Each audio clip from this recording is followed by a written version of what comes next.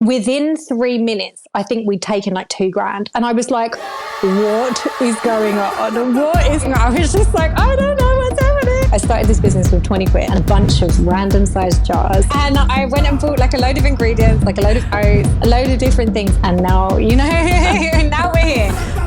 Bex Walker started the multi-award winning all-natural vegan breakfast company called Breakfast in 2015. Like, just know that where you're at is exactly where you're supposed to be right now, and your journey is your own. And we went from turning over about $4,000 a month to $50,000 a month within the space of 2 weeks, and obviously had absolutely no way of fulfilling those kind of orders. I've had a lot of trauma in my life from a very young age, and no person should ever have to deal with all of the abuse that had happened. I grew up completely hating myself, completely thinking that nobody loved me. And I was just like, I'm gonna love me. Welcome to Daring Forward, where we feature ordinary women doing extraordinary things and learn practical lessons and action steps to help you live courageously. I'm your host, Sahar Twesijay. Now, if you're ready, let's dare forward. What does it take to build a business that can survive a pandemic, a recession, and multiple crises? In today's episode on Daring Forward, our guest takes us through a roller coaster masterclass on how to build a bulletproof brand through a community. Bex Walker started the multi-award winning all-natural vegan breakfast company called Breakfast in 2015 after changing her unhealthy lifestyle in the hope that she would be a positive role model for her daughter Tyler.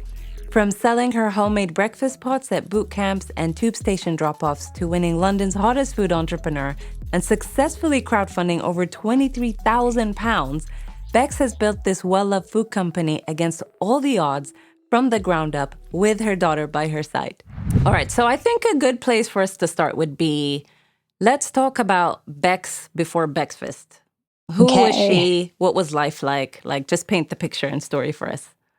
Okay, so before Breakfast, I guess I have to kind of start it before I had my daughter, really. So I was a singer and songwriter. I'd been living in Atlanta, recording an album, ended up signing some records over here with a couple of house labels. So I flew back and kind of was just working on my music career here, which was the love of my life. It was kind of, everything I did was about music. I always had like jobs on the side. I've always kind of been working on something from a very, very young age. But yeah, and then I got offered 2 deals the week I found out I was pregnant with my daughter. And then I guess life just changed for me, really. Wow. Became a mom, which I was at like 23 when I was pregnant, just turned 24 when I had her. And it wasn't really in my plan to become a mom so young. I was very much about my career always. I just love working on something that I'm passionate about. And yeah, so then I had her, and then that was kind of when like this new evolution of myself kind of began. I suppose what kind of got me into like even thinking about having a food business or anything like that was just the fact that I had my daughter. I was always, I think I had quite bad body dysmorphia. I just disliked myself a lot. I kind of thought I was like just really fat and ugly all the time. I just didn't like the person that I was. I couldn't look at myself in the mirror. And I guess after you've had a baby, sometimes those feelings are amplified as well. So I just decided that, this is a brand new little person and she's going to learn from me, and, how I feel about myself is going to affect her confidence and how she views being a woman, everything to do with her body. So I just decided that I was going to get into running, started eating healthy for the first time in my life. And I guess these are all the little pieces that just kind of came together before I had her. So I'm a very passionate person, always have been, whether it was focus on the music. I can usually only focus on about one thing at once. So I'm really passionate about music. Yeah. Then I was really passionate about running. And then I got really passionate about food. And yeah, I guess I was just kind of like figuring things out, as always, still figuring everything out. But, that was kind of my focus. So yeah, music, and then becoming a mom, and then running and food. Wow. That's amazing to hear. So you're now a mom. How did Breakfast come about? So I'd never planned to start a food business. That was not in the plan. Okay. But after, getting into running, I kind of got very like into how to fuel your body efficiently as well. Because I was like, there must be a way I can run faster. I can run further. You know, I was just obsessed with running. And I was really looking into food as a way to fuel my body rather than just eating. And I started to get like really deep into the research and like the rabbit hole of the internet, and, you know, removing certain foods from my diet, adding more foods, trying things like chia seeds for the first time, and, you know, all these protein powders and all things like that. And I just got really interested by it. And I realized how little I knew about how food works with the body, and like that we actually have some kind of control over like the way that our body functions and the way that our brains work, and, you know, feeling tired or feeling lethargic after you've eaten, you know, all of these things I'd never really thought about before. And I was suddenly like super interested in it. So I just started making like healthy breakfast for me and Tyler. When Instagram was like super young, it was, you know, before hashtags were even a thing, you know, I just started posting like little videos of what I was making for me and Tyler using Flippergram, if anyone even remembers. Oh, yes. It was like you could put the like little videos together and just started posting them. But I guess my community on Instagram at that time, although it was like a very small following, was like people that had known me from music. Then it was like the whole kind of like London mum community. And then on the fitness side as well. So we had like, you know, like people that were into like running clubs, fitness, workouts, all sorts of things like that. And it was quite a cool like little mishmash of a community because everybody knew me for something different. But when I started posting these videos, I was, you know, saying like breakfast by Bex or, you know, whatever. And then the more that I did it, the more people were like, oh, could you tell me how to make it? Or could you make some for me? And I was like, oh, this is really strange, but, you know, I'll just keep doing the videos. And when hashtags started, my friend messaged me and she said, you can't hashtag it breakfast by Bex. It has to be Bex first because that just makes sense. And I was like, okay, yeah, like that's just like really cool. Yeah. And I honestly think that by giving it a name, people suddenly then started to see it as a product. And because I would just be doing it every day, you know, like a little video here or there or a photo of what we were having for breakfast. And it just kind of was born from that. People just started getting really excited about the possibility that this might be something. And I was probably the last one to believe that it was going to be a business. So I was just like... hang on a second. So what you said is really fascinating here. So you, by naming what you were doing, like you built basically a brand unknowingly. Right, exactly. And were you producing it as a product at the time, or were you just doing it for yourself? No, I was literally doing it for myself. It was only when my friends started a boot camp. So this was like 2014. Another friend of mine said, why don't you try and sell your breakfast pods? And I was like, what? I was like, this is so weird. So anyway, I'm very much a type of person that says yes and figures it out later. I'm just like, I jump in head first, have no idea what I'm doing, and then we just roll with it and see what happens. So I called my friend and said, look, hey, what do you think? Like, do you think I could try and sell these breakfast pots at your boot camp? And I just messaged everyone, or I put it on Instagram, and I just said, hey, look, I'm going to be here on Saturday doing the workout myself. I'm going to bring some of my breakfast pots. Let me know if you want to buy them. They were in random size jars. So I had like 20 quid. I started this business with 20 quid. And I went and bought like a load of ingredients, like a load of oats, a load of different things. And I made like 4 different flavors, or 3 different flavors or something like that. Some of them were this big, some of them this big. They were all at the same price. So it was like whoever came first got the big ones, and then everyone else had to have whatever was left.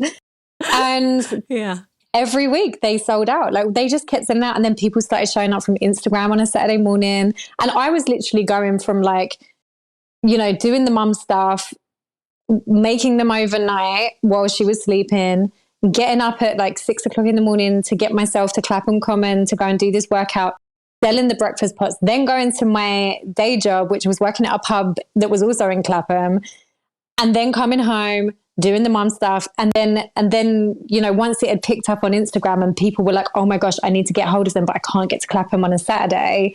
I was like, okay, well, where are you? If you're in London, I'll try and figure it out. And then people just started sending me locations. can you get to me here? Can you get to me here? So then I was like, I'll do an underground delivery service. So basically, you email me in the week, you tell me what push you want. On this Saturday, I'll do a timeline of I'm going to be here, I'm going to be here, and I'm going to be here, and I'm going to be here at these times. And it was wild because I put them into a suitcase. It was so DIY. There were no labels at this point, or we started handwriting the labels on like luggage tags. Then I would drag them all down the hill in Woolwich, across, to the nearest tube station. And then I would start this delivery service. And somehow it was always on time, and people would just come and meet. And these were people that I had no idea who they were. They'd just seen what I was doing. They were getting excited by it, emailing me in the week, like, do you think you can meet me here? And I was just like, yeah, absolutely. And honestly, it was the most fantastic thing because I was meeting my customers face to face. It wasn't just like meeting someone. Everybody came with like their personal story. Everyone had, like, if they were going through something, we were hugging out. We had tears. People were telling me that, they'd wanted to start their own business, and seeing me do this was like giving them the hope that they might be able to do it. Honestly, all of these things that I never had anticipated, never even imagined that I would make money from it or anyone would buy them. It just seemed wild to me that anybody would do. But people love the product. And because I'm so like, I really love how things look and I like to make things pretty, people just were really like connecting with it. But they also saw the beginning of this business on Instagram, like every step of the way. They were seeing me do the late nights. They were seeing me be a mum with Tyler. They were seeing me going running. They were seeing me, going through day-to-day life. And so I think it was just really like a connection with a real person that was just trying to do something and achieve something. And so it was so beautiful. Like, I love telling this story because it was so wonderful. And they could have been a load of weirdos. I could have been going to meet some really random, strange people. And they were just honestly so kind, like just so generous with their time for me and their comments and everything. It was beautiful. Like, it was really so DIY. That is so beautiful to hear. And I remember I used to watch you on Instagram when you were at that stage. And one of the things I wanted to say as well is that I found it inspiring at the time because you've been in the game for quite a while. When I was watching you, I was in the mom stage myself, right, thinking and ideating. As my journey started with like a food blog, and I was into healthy eating as well. So that's why you resonated so much with me. And I think one of the things that I really loved about your story is that a lot of times the faces that represent business, for the version of myself back then, I couldn't resonate with them because it was just, it seemed to me like they were so far ahead. Mm-hmm. And I think you just have this beautiful way of just making it human, and you personified it, and you made it accessible to so many women. So that's one of the things I really loved. Your decision to share, because a lot of people would, and I'm sure you know this being on Instagram, the culture sometimes can be that you only present the finished product, like you've arrived, you're in the holidays, you're hitting the 6 figures, the 5-figure months, and you took a very different approach, which was you started sharing the raw, the difficult, the ups and the downs. Was that something that was intentional? Was it a strategic decision, or was it more of a heart thing? It was definitely a heart thing. You know what it was? In that beginning stage of Instagram, it was like very pristine. Everybody was showing like the best side of their lives. Yeah. If you looked through your Instagram feed, it was like, why am I the only one that is having like a really hard time? Like, why is nobody else? But then the more that I spoke to people and I was speaking to friends and they were going through really, really hard times, but if you'd seen their Instagram feed, you'd be like, oh, but I thought you had this perfect life. And I just really, I just disagree with that so much. And I could see the mental health effects that was having on everyone around us, where we had to keep playing this, like perfect, serene life. But the reality was absolutely not that. And so I did make a conscious decision at that time that whatever I put out was a real version of myself. Mm-hmm. And it was rogue, don't get me wrong, because nobody was doing it. Yeah. And a lot of people, I had a few people being like, oh, like that's a lot of, you've really shared a lot, because it was more like my personal life and the business side of things. And, but I found it helped me so much, because I kind of broke out of that mold of having to pretend that things were okay. And it was a release. It was like, thank God I can actually say this out loud and like talk about these things that I'm going through. Because if I was trying to do, oh, this is our founder, or, I hated that as well. The things that drove me crazy was like people that you knew were like a one person business, and they were like, our founder says this, that, and the other. And I'm like, come on, girl, like it's you at home with your cats, and like, you're just like, we're not doing this our founder thing. Like, I was just like, no. So I was just like, you know what? Like, I love people and I love stories. And I guess, like coming from being a songwriter, I've always found therapy in sharing the hardest things about my life, because one, I know so many people have been through similar things and haven't been able to find their voice to actually say it out loud, or haven't felt like it was safe to do so. And this is something I get messages about an awful lot, people that have gone through really, really difficult things in their life, but never felt like they could say it to anyone or share with somebody the stuff that they were going through. And the more messages I started getting from people saying, thank you for saying that it's been so hard for you, because I feel like I'm about to burst, like, and I can't keep this up anymore. And then I started to see that there was a real need for it. It wasn't just me being like annoyed by everyone pretending they were having a great time. It was like there is really like something here, a connection to people. And I think that really helped to build like the community that we have, because so many people that have been around from the beginning are still, following the story, still customers of ours. I still speak to some of the people that I used to go and meet at the train stations, acknowledging that where I was at was okay, because there are people that started businesses after me and had seemed to excel like so quickly. And I was like, oh my gosh, am I doing this wrong? Like, is this, am I, is this going to fail? Like, all of the things. And I just kept thinking like, just not stay in your lane in a way like, girl, stay in your lane. It's just like, just know that where you're at is exactly where you're supposed to be right now. And your journey is your own.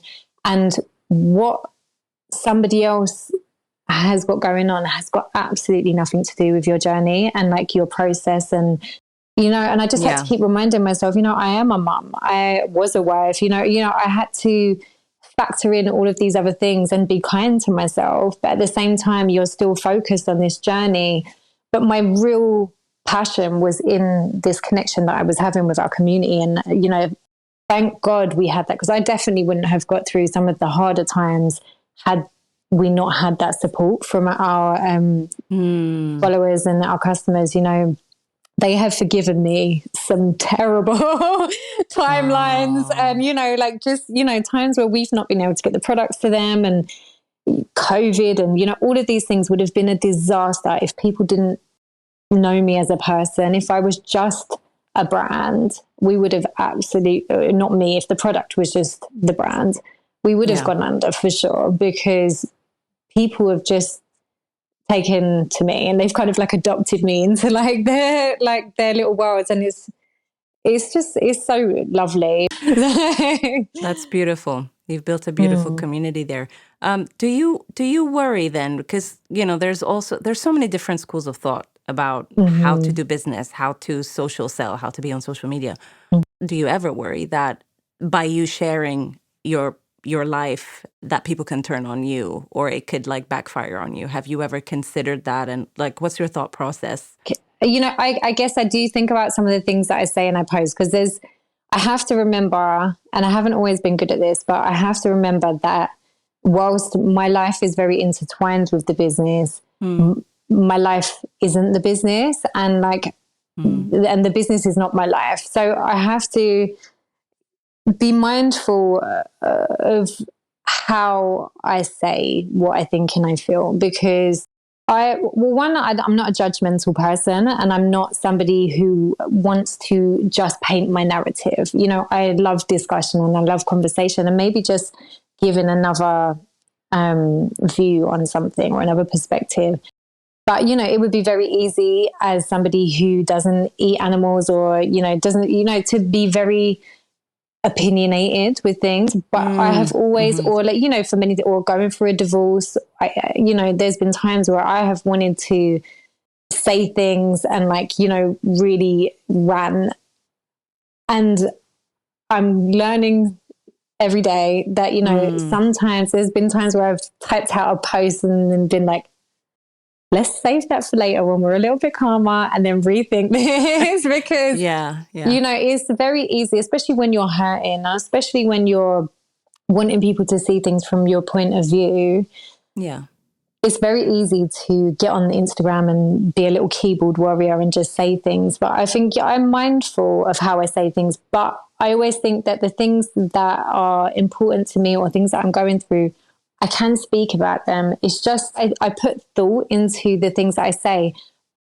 But I never like pre-plan my posts. My posts that I put up are always, how I'm feeling on the day or like something I've thought of. I'm not one of these people that creates content for like weeks to come. It's very much like in the moment, how I'm feeling and, or what, sales that we've got going on or whatever. And yeah, I just think you just have to be mindful that you are selling a product at the end of the day. I don't think, I'm sure there's some people that don't like what I do. I'm sure there's some people that think I talk too much about any one particular thing, but I haven't had any major backlash, which has been beautiful. Yeah.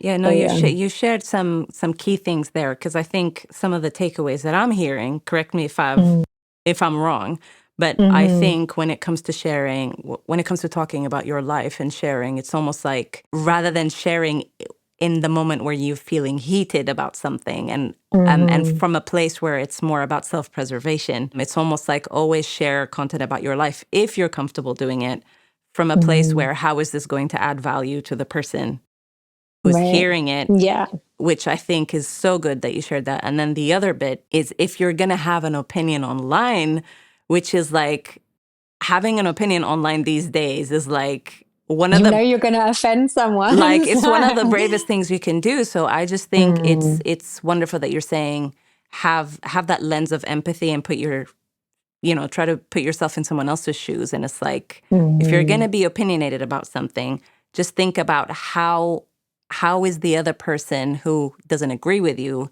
going to receive it? Is this going to put their back up against the wall? Or is it going to make them think and, spur on some, helpful debate? I mean, obviously you can't please everybody, as you know, but you can't. Yeah. But it's like what you said earlier, it's coming with that human feel, and just being human about it. I feel like we've had to become so guarded about speaking about anything now. Yeah.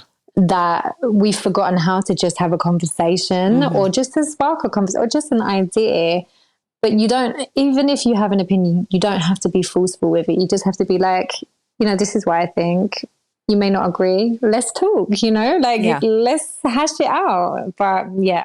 Okay. So you're at this point now where you are momming, managing a job at the pub, and then you're also doing the underground runs with the DIY breakfast pot. So I'm guessing you're doing all of this from home. So what was the next, what did the next phase of growth look like for you? Everything that it blew up on Instagram and, everything. And then when the boot camp came to a close, I was like, oh no, what's next? Like, is this the end? Like, has this just been a good run? And then a local independent shop in North London got in contact with me and they were just like, look, we'd love to talk to you about selling your pots. So I was like, oh my gosh, let's go. Yeah. Went there. They loved them. We stocked their fridge and I think it was within half an hour, they'd all gone. And so they were like, because people were like, there's a home for it now. I'm going to get there. People were turning up outside this shop before it had even opened and taking the majority of the stock. And so we went from giving them, I think it was 20 pots on the first week to giving them 40 pots the next weekend. And then it just kept going. And we were just like, this is insane. And I'd be like, I'm going to be there at this time. And people will come just to kind of have a conversation with me or come to tell me that they, loved what I was doing. There was a lady that lived on the road of the shop who had cancer, who was like, these are the only thing I can stomach to eat. I'm so grateful for them. It was just like, wow. I was just like, this is insane. And I knew then that it was something very special about what we were doing, because people were coming from, somebody drove from, I can't even remember where it was, but somewhere really, really far. And they were like, I just had to meet you. And I was like, I'm so normal. Like, I'm like literally like this tiny little South London girl. And like I'm always like, you're going to be so underwhelmed when you meet me. It's just like, but again, it's the conversation, it's just like so lovely to meet them. So yeah, so we did that. That was going well. Then there was another shop that they had a friend who had a bike shop in Shoreditch. And he was like, yeah, bring some down. We started selling them in this cycle shop. Again, amazing stories. Somebody emailed me. I actually found this email. I need to re-find it. And it was somebody who had been over from, like Germany or somewhere like that. And they'd smuggled some back to the country with them. And they were like, I just had to like take them back with me because I had to have them at home. And I was just like, wow, this is insane. So yeah, so that all happened. And then I guess like, there was just so much interest around what I was doing in this like completely wacky way of doing business. And then somebody sent me a link for this competition that was happening. So this is like 2017 now. Mm-hmm. And it was for like Entrepreneur of the Year or Food Entrepreneur of the Year. And it was run by Westfield and Levi Roots. And I had half an hour. I was sitting in a cafe and I was like, okay, let me just fill it out. I had no thought that I would ever even get into the finalists. Completely forgot about it. Carried on doing my little, pickups and drop-offs, and this was all stocking still these from two home. shops. Still from home, yeah, in my flat. And wow. By this point, I think I had an additional fridge in my hallway. So, but we weren't doing any other kind of deliveries or anything at that point. Mm-hmm. And anyway, a few months later, I got an email saying that I'd been entered into the finals of this competition.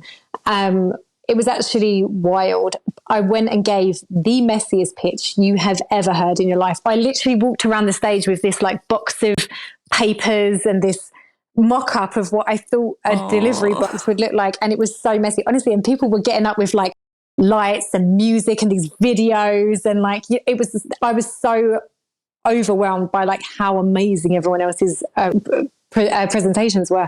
And mine was so basic. Anyway, ended up winning, which I couldn't believe. And I actually, because I didn't believe that there was any chance I was going to win, I wasn't listening to them announce the winner. I was sat there, but I was just kind of like, oh, we'll just clap and, we'll leave. And then when I won, I was like, what are you talking about? Like, this is like, nobody has given a pitch this bad ever before in history. But they were just like, because I kind of just ended up putting everything down and saying, look, I can't do this. Like, this professional pitch that I'm trying to give to you is not working, because this isn't what I do. But what I'm going to do is tell you my story, and I'm going to tell you what I've been up to, and whatever. And they said it was that hard. It was like seeing this real person like get up and tell this real story about all these things that I'd been through and how I was trying to have this business. And so then that was 2017. They offered me a pop-up space in Westfield January 2018, which we did, which was amazing again, because then people were showing up from the internet, coming to meet me, coming to like buy the products. Amazing. Can I interject here and just explain to those who are watching or listening, in case you don't know, Westfield is like, I know it's like a big brand, but like it's a huge mall here in the UK. And Levi Roots was he was on, what's it called? Dragon's Den. Yes, he was a winner in Dragon's Den. I think it was 2007. Which is the equivalent, if you're like, if you're watching from the US or listening, it's the equivalent of Shark Tank. So he's one of like a big TV personality now, hugely successful entrepreneur. So he mentored, you won, the prize was to be mentored. Was it by him? So it was like £2,000, which was amazing. So much money to me at that time. I was like, oh my God.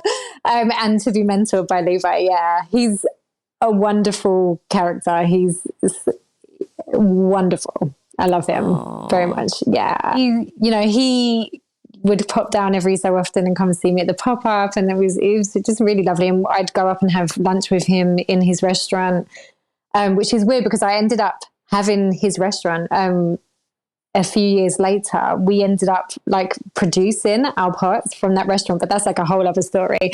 I did not know that. Wow. Yeah. It's weird and wonderful how the world works, but it was an amazing opportunity for us. So after the pop-up, everybody was like, we need to get them outside of London. You know, we can't get to London. We really want to have them. So I was like, okay, let me see if I can get like a courier to deliver them. And all this time, it's just me making them, packing them, you know, from my flat between the school hours, rushing back from school to make sure we didn't miss the courier. So February, we got a contract with DPD. They started coming to pick them up from my house, delivering them across the country. Now, it was only probably about 15 orders a week at this point. Mm-hmm. But it was a lot of work because I'm, you know, handwriting all the labels still, and I'm, you know, doing all these things.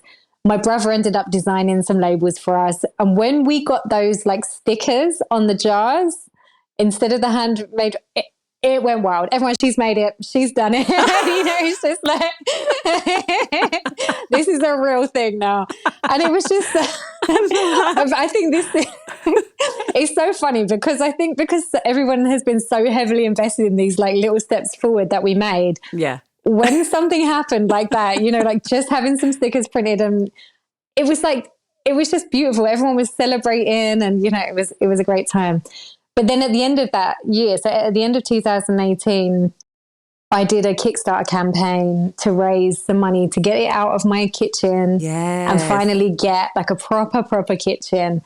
And the goal was to raise £20,000. Now, whilst we have a very loving community, it was wild that I thought we could raise £20,000. But everyone was like, go hard or go home. So I was like, what are we going to do? We've always gone hard or gone home. So you are so brave. And I think I'm crazy. Like, honestly, I've come to the point where I'm like, brave is for like noble people with sense and like, but what I do is insanity. So, that's what makes life. I read this meme on Instagram somewhere. I can't remember how it went, but it's something along the lines of like, doing certain things could either be brave or it could be stupid. And that's why life is hard. Right. Because it's like, which one is it? You know, but which one are you going to choose? Yeah. Yeah, for sure. But I mean, we ended up raising £24,000. So it was, it was insane. But there were so many times, and I don't know if you've ever done crowdfunding, but it is the most stressful thing ever, because you are literally asking everybody you know and their nan for their money. And you're like, but I need it now. But I need it now. So it's like, no, I don't want you to say next week. I need you to do it now, because otherwise you're not going to do it. And like, you get that first initial spike where all your friends and family and your like close community or whatever will do. And so you're like, oh my God, we've got like 20% of the total in the first 12 hours. And then you've got to ride out, and it's all or nothing as well. Like, if you don't make that full £20,000, you get nothing. Oh, so then I was like, you know, the pressure is on. But we had some really, really wonderful people. And because I was posting like, oh my God, like we've just got to this point, or like, if 3 more people donate this amount, you know, we're going to hit this target. And people would message me like, I've just donated another 100 quid because I just wanted you to get to that goal today, or I just wild. So that was wild. So then January 2019, we moved into our first proper kitchen, and that comes with a whole load of, I'd never had staff before, you know, I'd never been a boss before. I'd never had to lead a team before. Hang on. So up until that point, you were packing everything yourself? Yeah. Girl. Wow. I know, between the school hours as well, because I'd have to drop her off, come home, pack them all up. And it takes quite a long time, especially if you're just one person doing it. So how many jars were you doing? So like an order is averagely around like 6 to 8 jars. So people would order, but like it might be 10 or it might be 5, but you know, averagely about 6 to 8 jars into the boxes. But then you've got the insulation, you've got the ice packs, you've got to like individually wrap them all. And it was a lot of work. And then I'd go and get Tyler from school. Then we'd have to do dinner, bath, bed. You know, she's a very active kid as well. We'd be running around together. Once she's in bed, straight back to production, straight back to making those. And so I was just constantly working, like for like 5 years, I think I was just like constantly like cycling through this, you know, madness. But I always knew that there was something special in it. And it was because of the community and just the way that people treated the product. It was never just like, oh, nice oats. It was just like, it was always a bigger story than that. And so we just, I just kept going. And so then we got the staff in like February. I had 2 people come and work for me, and that was fine until we started advertising. So what had happened was that obviously we got this crowdfunding money, but that money, you have to make it sustain the business. Otherwise it's not going to work. So we now had rent to pay. We had all this stock that we needed to buy. We had these people that I had to pay to, you know, work for me. And I didn't pay myself for like 5 years. I made myself the last person. I thought I would pay the very minimum of what I needed to survive out of the business. And I just was like, I know that it's coming. I know that my time is coming. Yeah. And I'm still kind of in there, you know, like we're still like, but you know, life is so much easier now. But in 2018, in the April, we started advertising, and we went from turning over about $4,000 a month to $50,000 a month within the space of 2 weeks. And obviously had absolutely no way of fulfilling those kind of orders. Like at this point, we didn't even have a machine. So we have this like filling machine now that like fills the jars. We didn't have that. We were hand filling, hand labeling, hand doing everything. And there was 3 of us. And so it was like, what the hell are we doing? We've had this huge influx of orders. And I think I learned some very, very valuable lessons that year. And the main one was customer service. Like if you can nail customer service, it doesn't matter. The sky could fall and you will be okay, because as long as you're communicating with the people that have spent money on your product. And a lot of these were, I mean, 99% of these people were first-time buyers. They'd seen an advert run on Facebook or Instagram, decided to buy it, and then they weren't getting their products for like, honestly, some of them were like not 2 months, because we had no way. Right. There were like 800 orders, and we'd only been used to boxing up like maybe 40 orders a week by this point, 50 orders a week on a good week. So then we had to get more staff. We had to get this filling machine. You know, I've got some wonderful friends who are like super entrepreneurial. Like I would say like proper business people. I definitely don't consider myself a proper business person, but they get business, you know what I mean? So I was like calling all of it. I'm crying every day. I'm crying. And then we've got, you know, the opportunity to stock every single Waitrose in the country. And I'm like, I can't do this. I don't know what I'm doing. And they're like, girl, what's going on? Like, you know, you've got this great product. And I was like, I was speaking to the, you know, who would be like our supply chain, and like, you know, trying to figure out how we would get it manufactured so that we could do all of this. But at the same time, I'm trying to figure out these 700 people that are like, not getting their products, and they'd all started emailing like, what's happening? Is this a con? Is this a con?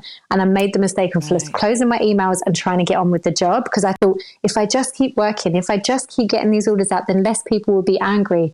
And you just can't run a business like that. And you know, I have to say, like, learning that then, it was the most horrible year of my life. 2019 was the worst year of my life, and I cried for like 70% of between April and like, when would it, like April and like probably like November. It was just stressful, and I wasn't enjoying life at all. But what that year taught me was so valuable, because when COVID hit, I knew exactly how to deal with it. So number one, this is when we actually moved into Leaf Overeat's old restaurant.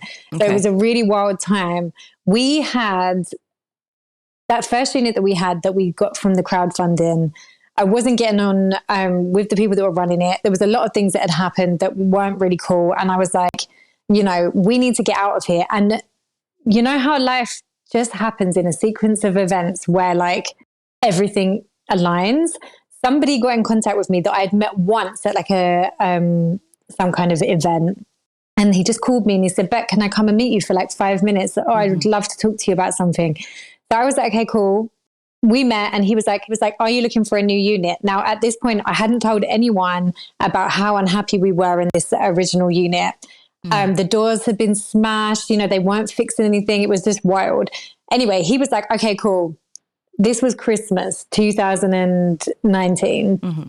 He's like, come January, we'll move. So we moved literally over Christmas, moved everything from this original unit into this tiny little unit in Hackney Wick, which is just across from where we are still currently now. Okay. And we moved in there and it was amazing. It was completely the wrong layout for us. It didn't really work, but it was only meant to be a very short period before we moved into this unit that we are now currently in. Okay. And there was some problem with the unit we were meant to be moving into. So he kept delaying it and kept being like, right, we'll just try and stick it out another few weeks. But obviously with a chain of things, there was somebody that was meant to be moving into this unit that we were currently occupying. And they'd put it back as much as they could. But eventually what happened was they were like, we have to move in. So my friend called me and he was like, or he came to see me and he said, Beck, I'm really sorry, but we're going to need you to move out. This was on a Wednesday. We're going to need you to move out on Saturday. And I was like, what? What? And so I was like, what are you talking about? So I go into fix it mode. So I would always say that, yes, I'm a breakfast business owner, but I am like crisis management strategist. Like I could figure out problems for small countries, I'm sure. Oh my goodness. I was like, okay, cool. What do you do? Because we have to keep operating. We've still got loads of orders going. We're still advertising. So we have to make this work. So I started getting on the phone, like calling people, like, do you know someone with a kitchen? Do you know someone in East London where we can like move into this space like really, really quickly? No. And then this lady was like, look, I've got this kitchen. There's building work being done on it. Like, I don't even know that it's like completely suitable for you, but we're literally around the corner from where you are. But it's going to be like £150 a day or whatever. And I'm like, oh my God. I'm like, I don't know what to do. So I also called the lady her name is Rachel Bellum, and she's an angel of my life. She was the lady who runs all of the food and beverage sites for the Westfield shopping centres. And she was the lady that really pushed for me to win the competition. Okay. And I just called her and I left a voicemail on her phone. And I just said, Rachel, this is really wild. I have no idea if you can help me, but I need to know if you know anyone who has a kitchen space. We're in this predicament where we've got to move everything in 3 days' time. And we still need to do our operations. She didn't answer the phone, so I left this voicemail. So we agreed to move into this other kitchen that's just round the road, £150 a day. And we moved the entire operation. We get a van, we move the entire operation literally 5 minutes down the road. We start working there and we worked there for 3 days, I think it was. The next day, Rachel calls me, the lady from Westfield, and she said, Beck, I didn't answer the phone to you yesterday and I didn't call you straight back because I had to figure some things out, but I've got something for you. Come and see me. And basically they gave us Levi Roots restaurant for free for as long as we needed it. Because I think he'd moved or he'd gone into liquidation or something like that. So that restaurant was empty.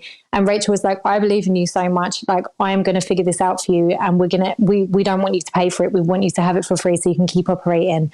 And I was like, what are you talking about? So then we moved the operation from this place that we've already moved 5 minutes down the road. We then move another 5 minutes down the road again to Westfield. And I'm calling all my friends. I'm like, I need help. I need people to come and put things on vans. Yes. I need to, do whatever. And so, yeah, we move into Westfield and we're there for like maybe a month, but or maybe not even a month, a few weeks, and COVID starts to hit. And when everyone was terrified of dying, all of my staff start to go into isolation. Everybody's scared. It was me and this one Italian lady, Paola, who were left. And we were trying to fulfill all these orders and we're trying to deal with this stuff. And I said to her, look, Paola, I love that you have ridden this out with me, but I don't think we can operate. So we're going to have to close.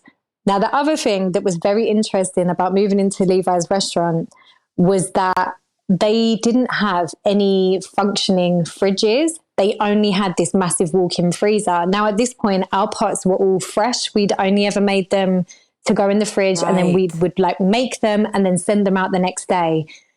And for ages, this had been a problem because you would have to have the exact right amount of stock for those orders. And then if they didn't go out the next day, then because the shelf life is so short, because we don't use any like unnatural ingredients, we don't use any preservatives.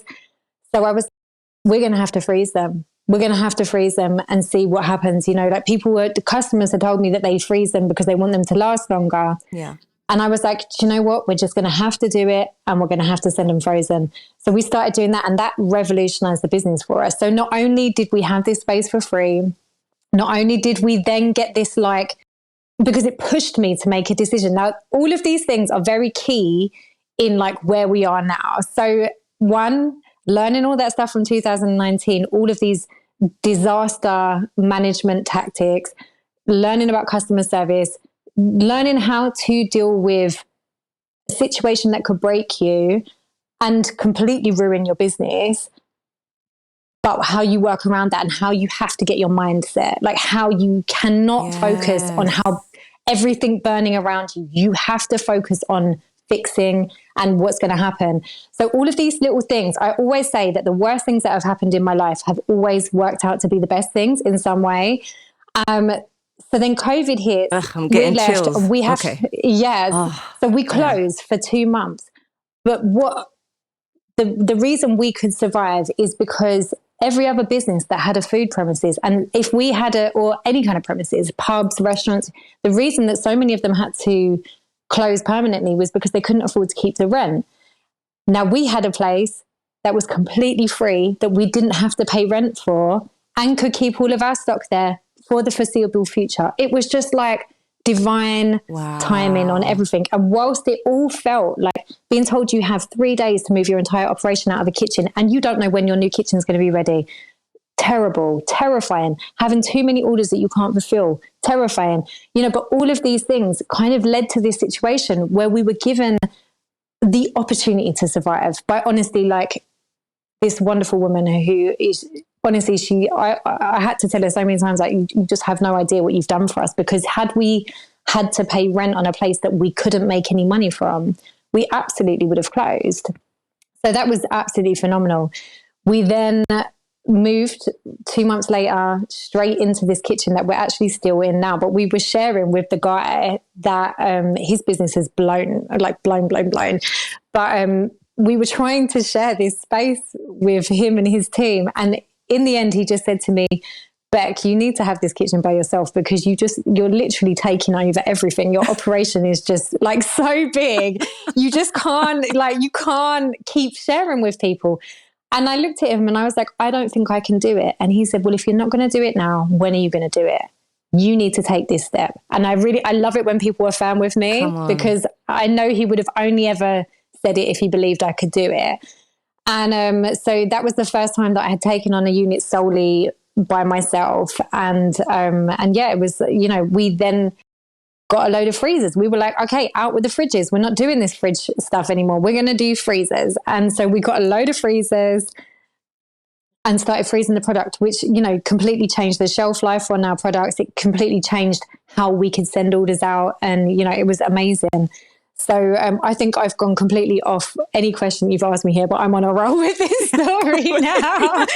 So stop me if you need to. No. I'm not even interrupting, because it is so good. Just keep going. Okay. So we took it on, and it actually put us in a position where I'd taken a bounce back loan, and because our turnover was so high, I'd taken like the biggest amount of bounce back loan possible. After we closed with COVID with 1,025 orders outstanding, which was the most orders we had ever had in at any one time. Obviously, phenomenal amounts. Yeah. And what I did was I individually emailed every single person. It took me 3 days. And the first 3 days that I had off, and it was the first break I have taken in 5 years at this point as well. I'd had one holiday within that time. So I just said, okay, I'm going to take the lesson from 2019, and I'm going to individually ask all of these first-time buyers who have no idea of my story, my background, where this business comes from. Please do not ask for a refund. I know this is wild, and I cannot tell you when we're going to get your pots to you, because the world is literally falling apart. Yeah. But if you stick with us, I'm going to make a limited edition flavor, and only the people who stick with us are going to have this flavor. And out of the 1,025 people, we only got asked for 25 refunds. And in that time, you could do the whole gift cards thing as well. And we literally didn't lose anyone. Like Wow. we lost the 25 people, but what people then bought in gift cards topped that right up. And it allowed me the space to have the first break of my career. And it was only when I was sitting in my garden, and it was April and it was so beautiful and sunny, it was just so warm. And I was like, I didn't realize how much I needed a break. Like I had been on go for so long that I just didn't realize how tired I was, how emotionally drained I was, how physically knackered I was. And it was amazing. And so when we came back, which was the June, the beginning of June 2020, we couldn't reopen the website because we had these 1,000 orders to fulfill. Yeah. So it cost me like nearly 30 grand to be opening again for 1 month, because we had to pay people, we had to pay this rent on this unit, we had to fulfill, we had to buy all of the stock, everything that we needed, plus do this move from Westfield now into this new unit. Yeah. And it was such a gamble. Like that was the biggest gamble I have taken in this business so far. But I was like, what are our options? We close. After coming through all of these insane things with the business, after growing from delivering them in a suitcase across, I just don't believe this is the end of our story. So I took the loan. We reopened. It cost me 30 grand for that month, which was just insane.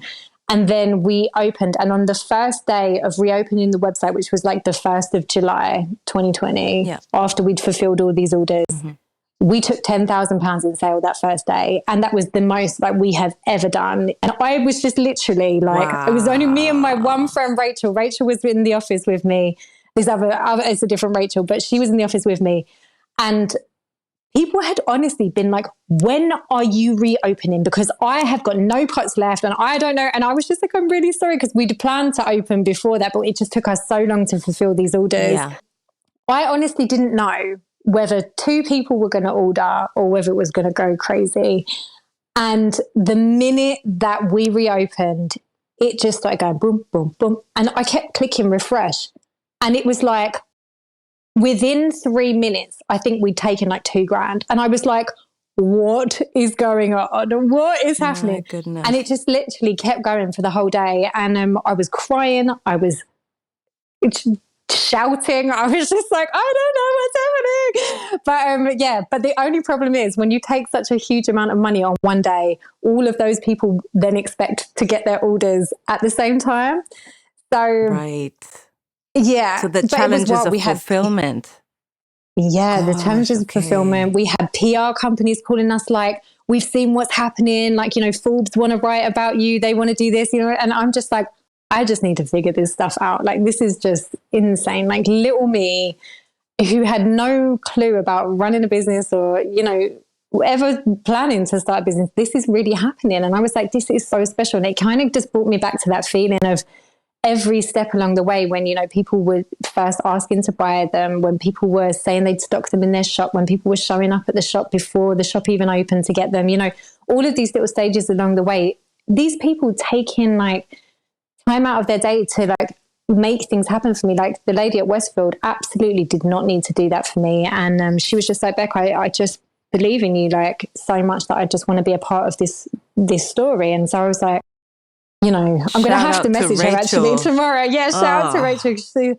And it's just been the most weird and wonderful journey, and just, absolutely wild at every stage. Like it's like there's been no stability.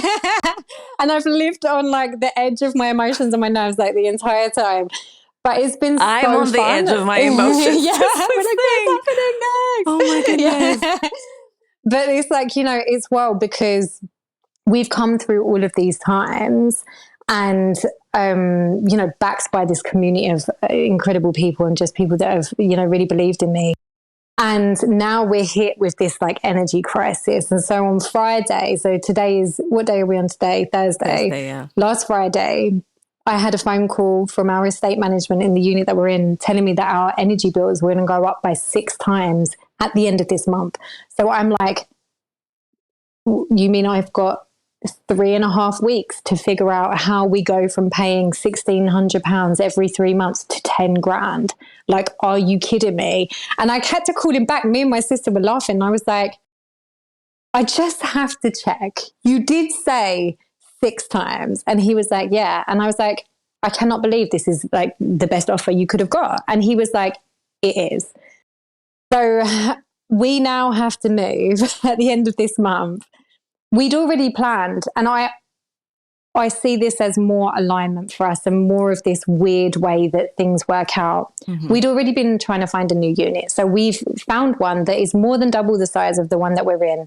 It's only like £150 more a month than what we're paying at the moment. So already we were just like, we'll take it.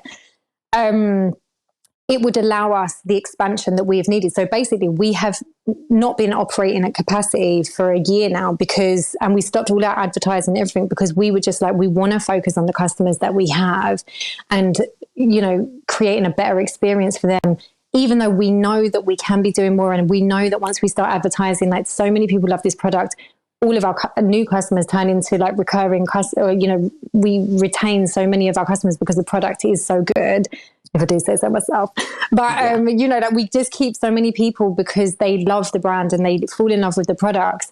But we don't want to start advertising again and get ourselves back into this situation where we can't fulfill that amount of orders. So we've been looking for this space so that we could get a bigger freezer, make more stock, and then change how we do things so that we can start sending everything out much, much faster. Okay. And we'd finally got ourselves into this position where we found the unit, we're just going through the contracts, whatever, and then this energy bill hit. So we're like, we have to move to this new unit.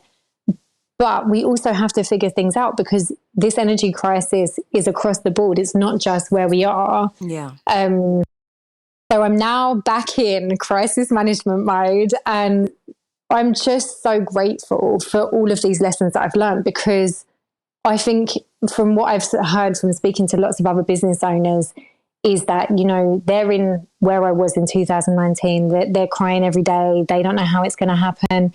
And I feel like I've got so much advice on this point, because it's like, you just can't focus on the burning house. You have to focus on getting out of the burning house and like just finding that route, that one way that is going to make you survive. We're now in like, but we've also got so much opportunity coming up. Oh my gosh, I can't even talk about it, but we've got some like really amazing talks that we've been in with an investor in a different area. And, we're so looking forward to that. Like that is going to be so exciting for us. And it's been on my vision board for like the last 2 years. So the fact that these conversations have aligned, we can now pivot the business in ways that we had wanted to do before, but didn't have the space. And it's giving us that push to make the next step forward, which I really feel like at every stage, that's been the kind of the recurring thing. It's just been like, every disaster has been a push into the next lot of yesterday.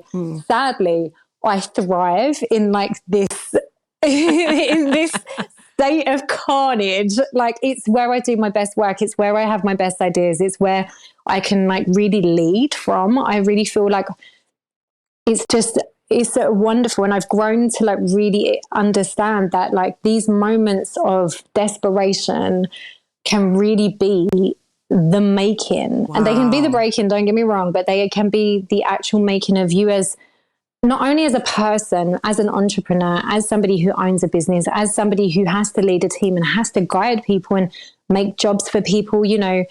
I'm now single for the first time in 12 years. I'm now responsible for me and my daughter solely. For the first time ever, I hired my sister in November. She gave up an amazing job, to come and work with me. And so I have all of this responsibility that is now on my head. And I'm just like, we sat in the office when we had that call and we loved, when I put it out on Instagram yesterday, I mean, everyone was like, this is really bad. Like, this is really bad. This is affecting everyone. Yeah. But if anyone can get through it, we know that it's you. And like hearing that from complete strangers, from people I've never had a conversation with, and just saying, we've seen you go through this and we know that if anybody is capable of it, it's you. And it honestly feels like putting on like a superhero cape at some point, because you're like, even if I don't believe in me, or even if I cannot see the way through it, there are like 25,000 people who were like, we've got your back. So good. You can do it. And it's just, I just feel like I cannot fail because of this community. And the whole story, I think, of Bex First is it comes back to that, like, people just being like, I love what you're doing and I want to see you succeed. And it's been that throughout. And I just feel so incredibly lucky to have been able to have these people with me like the entire way. And, like the fact that I could be sitting here absolutely pulling my hair out, and don't get me wrong, I'm stressed, but it's because the stress is now, how do we do it in 3 weeks? Not how do we do it? If you know what I mean? Like it's just, that was so good right there. So it's like you're shifting. It's almost like the goalpost shifts as you grow as an entrepreneur. So it's now a case of, I know I can do it, but it's like the time frame is how are we going to fit it in. So it's like working on those limitations. That's so good, Bex. So good. How do you build that resilience, would you say? Like, because a lot of this is mindset.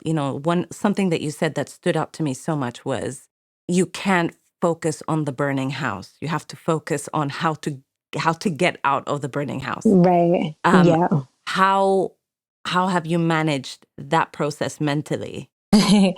So I would say, and this is the kind of the sad truth of it, I've had a lot of trauma in my life from a very young age. And I guess, like, from what I knew about people that have been through things like what I'd been through growing up, is that you've got two options. Like it's fight or flight. And, some people would end up, really despising their lives, and why me? How could all of these terrible things have happened to me?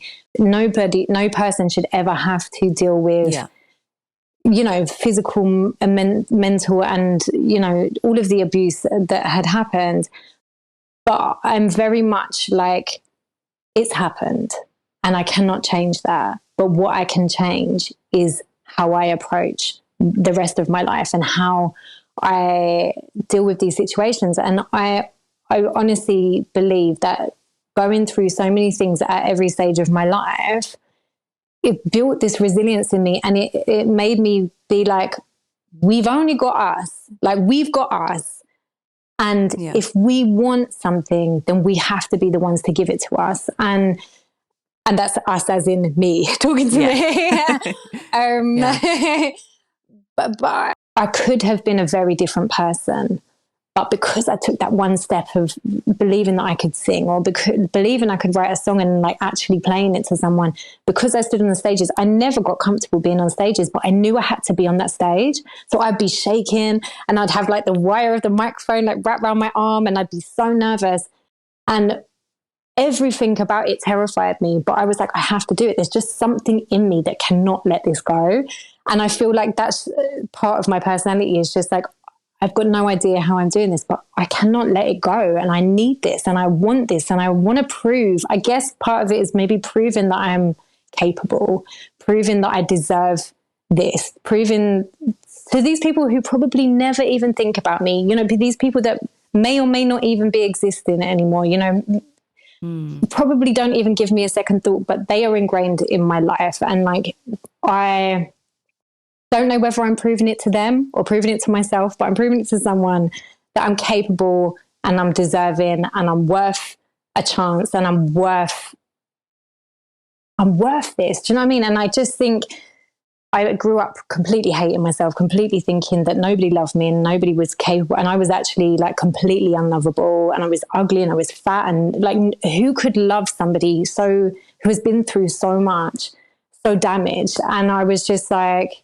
I'm going to love me. I've got to be there. I got to a point in my life, especially having Tyler, that was a massive turning point for me, becoming a mom and like having that unconditional love for someone, and just knowing that I wanted to be somebody she could look up to and be like, that's my mom. Like, what? And it's really funny because like now her friends would be like, your mom's really cool, whatever. She's like, yeah, whatever. And I'm like, the fact that, some of your friends have seen what I do and they think I'm cool, like that's enough for me. It's telling you something. Yeah.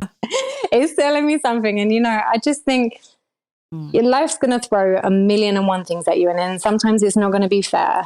A lot of the time it's not going to be fair, but are we going to let that stop us? Are we going to let that determine other people, let them determine the outcome of our lives, like, and who we become and what we're capable of? And I just chose no. I just said, no, I'm not doing it. I'm going to keep working, and I'm just going to, and I think that's why I work so hard as well, like how I'm capable of giving so much of my time and my energy to something, because it's like a comfort to me to have seen things that I've built and I've done. And Yes. yeah, I think that's it. Who or what would you say has been the villain in your life or in your story? It could be whether it's something like internal, like a mindset, or individuals. What would you say the villain has been? I mean, more time it was probably myself, you know, like the not believing that I was capable of things. I think me lying to myself. But then I think, you know, I don't want to name people because some of them I have forgiven, and, you know, Sure. some people, but I think, you know, the people that had abused me throughout my life, I think, you know, it's hard because I'm kind of in this like double mindset of, yes, they are the villain, and yes, they did these things that I wish I'd never gone through. But at the same time, would I be the person I am now had I not gone through those situations and chosen survival and, you know, to better myself? So I would not say that I'm thankful, but, you know, I'm grateful for how I've been able to cope with it. And I'm thankful that life threw me challenges that I decided to overcome, because I would not have been able to get through 2019 or this energy crisis now had I not built this resilience to trauma. And yeah, I think that there's been a lot of villains, but I would say number one was me to myself for a very long time, believing and amplifying these voices that had told me lies. And so, yeah, becoming the I don't even know what the anti-villain, like the hero, becoming the hero of my own story. Mm-hmm. Once I accepted that I could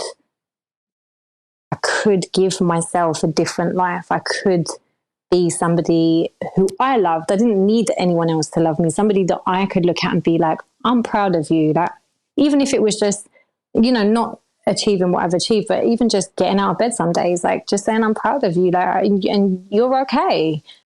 Yeah. Becoming that person for myself was definitely the change of everything for me. And it took a long time, don't get me wrong. I was well into my 20s before that happened. But that's the work, isn't it? That's really hard work, changing that internal narrative. It takes it's a slow burn, but it's worth the transformation. For sure. But it's very painful. It can be very painful in that process. But you're right, it's so worth the work every single time. Bex, for someone who's listening to your story or watching, you know, today, what would your advice be if they wanted to start their own journey, whether they want to start their own business or a journey of entrepreneurship or just following their purpose? What would your advice be to them? And what would you say would be the number one thing that you need as an individual? So I would literally say that the what you need to do is start where you're at today. Like, do not wait for perfect conditions, because there will never be perfect conditions. Yes. Even if it is like, so what I do is I tend to write like your big goals, like the big goals, but don't leave it as that when you're making your plan, because to go from zero to the end goal is too huge. Your mind cannot process it. You will feel like you're failing every single time you look at your vision board, or you look at like every time you think about what you want to do. You need to break that down into chunks. And what I tend to do is, so I'll break it down into like, what do I want to achieve over the next 3 months? What do I want to achieve by the end of this month? What are the steps that I can take today to get me to where I want to be at the end of the month? So I will do a daily goal. Like, I need to get X, Y, Z done today to get me to the end of my weekly goal. And this is what I want to achieve this week. And then, because if you break it down into those chunks, you are achieving something every single day. And that makes you feel good. And that makes you feel positively about your situation. You're not like, oh, well, I haven't turned over X amount of money yet. That's you have to work with your brain, not against it. And I think this is something I learned from becoming so ill. We haven't touched on this, but I got very, very ill, ended up in a wheelchair, couldn't use my arms and legs. And, it was terrifying. And so learning how to use my body and not lose your mind in that time, like, what can I achieve today that is going to make me feel a little bit better? What am I going to do? That you said that, because I think just from, like, sorry to interrupt, but just hearing you saying, like, to me, it's amazing because I'm seeing you've learned your mental resilience from that experience of being ill. And now you can see how it's serving you in your business. Again, it's just another, like, time that should have,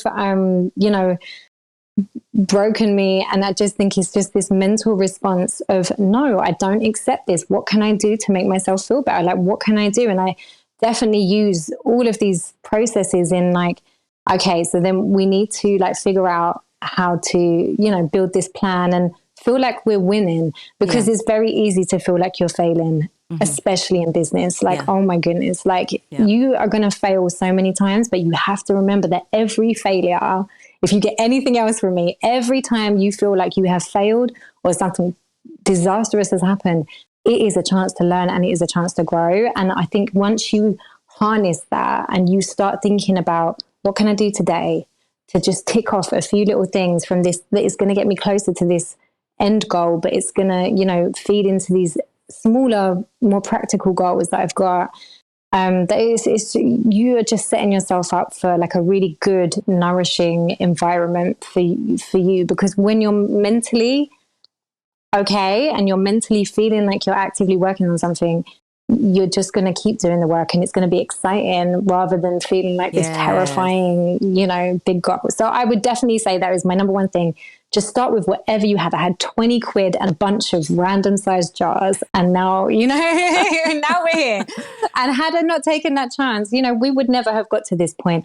And if I had looked too far ahead, it would have scared me so much. I wouldn't have done it. So that's my piece. And I think the one thing you need is just resilience. I think that is, if you can pick yourself up and give yourself a talking to, I think they're probably my pieces of advice. Yeah. My gosh, your story is so rich, and I feel like I could sit here all day and talk to you about it. Like, I personally feel like we have, like, a separate discussion aside from the podcast. Definitely.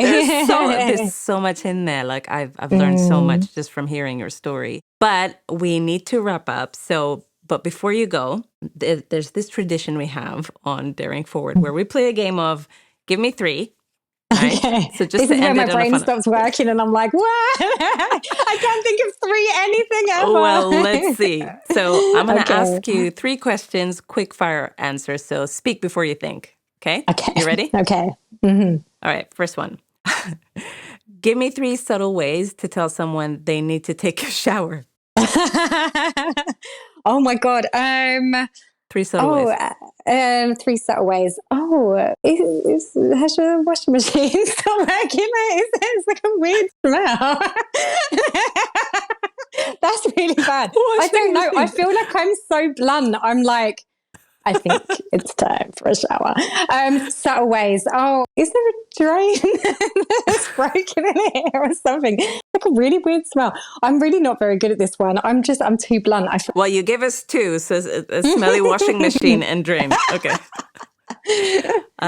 Give me 3 signs someone is a gold digger. Oh, they're always asking about money, or like what your materialistic goals are. Like, they're always concerned about the materialistic side of things, and they're usually younger than you.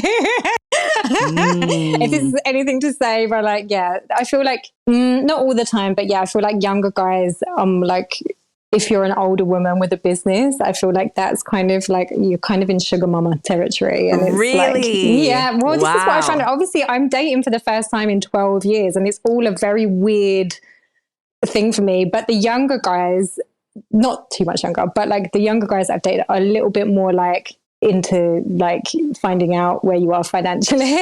Wow, so I'm just like, yeah. That's interesting. Yeah. They probably have like a really fancy car on finance and they live at home with their mum. Girl, I think you called out too many people. Last one. Give me the 3 worst birthday gifts you have ever received. Okay, I know number one. I really hope my mum doesn't hear this, but once I used to play the violin, and I went to a school trip to Spain with my orchestra because I was like a proper nerd. And it was my birthday while we were out there, and my mum had packed my birthday presents, and I was really excited. And it was like, and I'm going to say this, but it actually sounds kind of fun now, but it was like it was like an oil painting book. And I was like, not what I wanted for like my 12th birthday or whatever. So that was like definitely one of them. I know. Okay. Oh, I got a weird jumper one time that somebody had knitted. It must have been like an old family friend or something. And it was so itchy and disgusting. Oh. It was so gross to look at as well, but they clearly thought I would love it. So that's definitely another one. And then maybe just like, you know, like a standard like body wash set. Or is that more of a Christmas thing? You know, like a standard like body wash like body kind wash. of, like the gift that you get at Christmas. And I think maybe they'd got it at Christmas and then just gifted it to me. So like a hand-me-down gift kind of situation. Yeah, one they didn't want, but thought you might want. Yeah, the best kind. Well, Bex, thank you so much for coming on the show. Before you leave, I would love if you could just tell everybody watching and listening where they can find you and connect with you. Okay, so Instagram is our main place to find us if you're looking for online stuff. So it's at Bexfus_.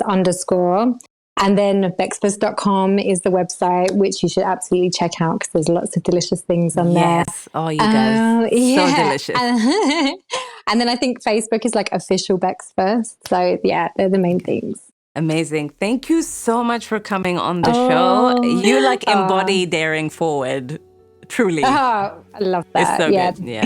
Well, thank you so much for coming on the show. Thank you. Thank you so much for having me.